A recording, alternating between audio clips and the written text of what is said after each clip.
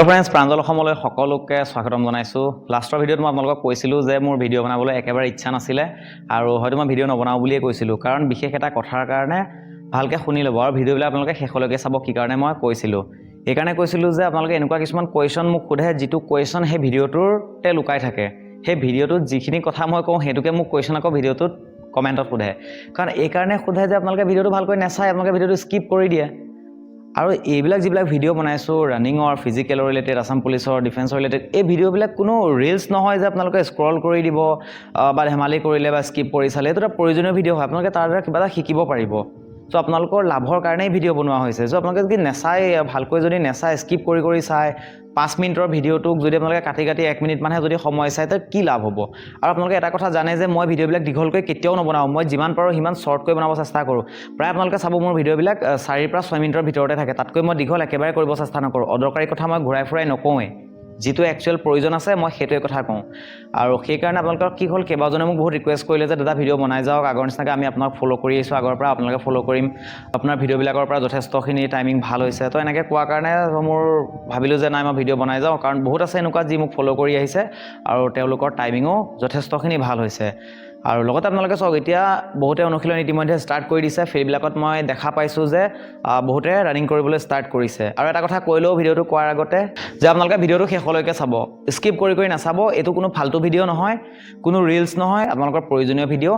যদি চাই আপোনালোকৰ টাইমিং ইম্প্ৰুভ কৰিব পাৰিব, আপোনালোকৰ ফিজিকেল এক্সাম ভাল হ'ব। চ' আপোনালোকে সেইকাৰণে ভিডিঅ'টো কমপ্লিট চাব।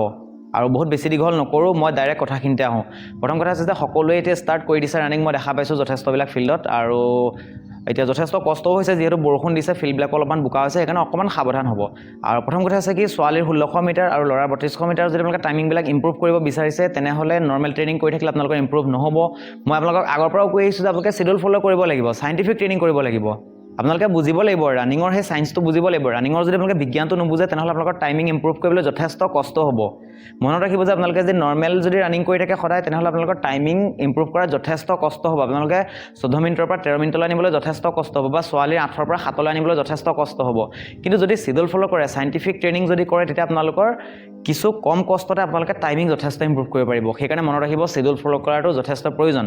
আৰু এইটো ভিডিঅ'ত মই আপোনালোকক চিডিউলৰ কথা নকওঁ, ভালকৈ আপোনালোকে মই কথাখিনি কৈ দিছোঁ। আৰু ইয়াৰ নেক্সট ভিডিঅ'ত মই চিডিউল ষ্টাৰ্ট কৰিম, ট্ৰেইনিংবিলাক কেনেকৈ কৰিব লাগে ষ্টাৰ্ট কৰিম। যিহেতু এতিয়া বোকাও হৈছে যথেষ্ট কিছুমান ফিল্ডত, সেইকাৰণে তাত আপোনালোকে কেনেকৈ সাৱধান কৰি ৰানিং কৰিব লাগিব সেইটো আপোনালোকে নিজে চাব লাগিব।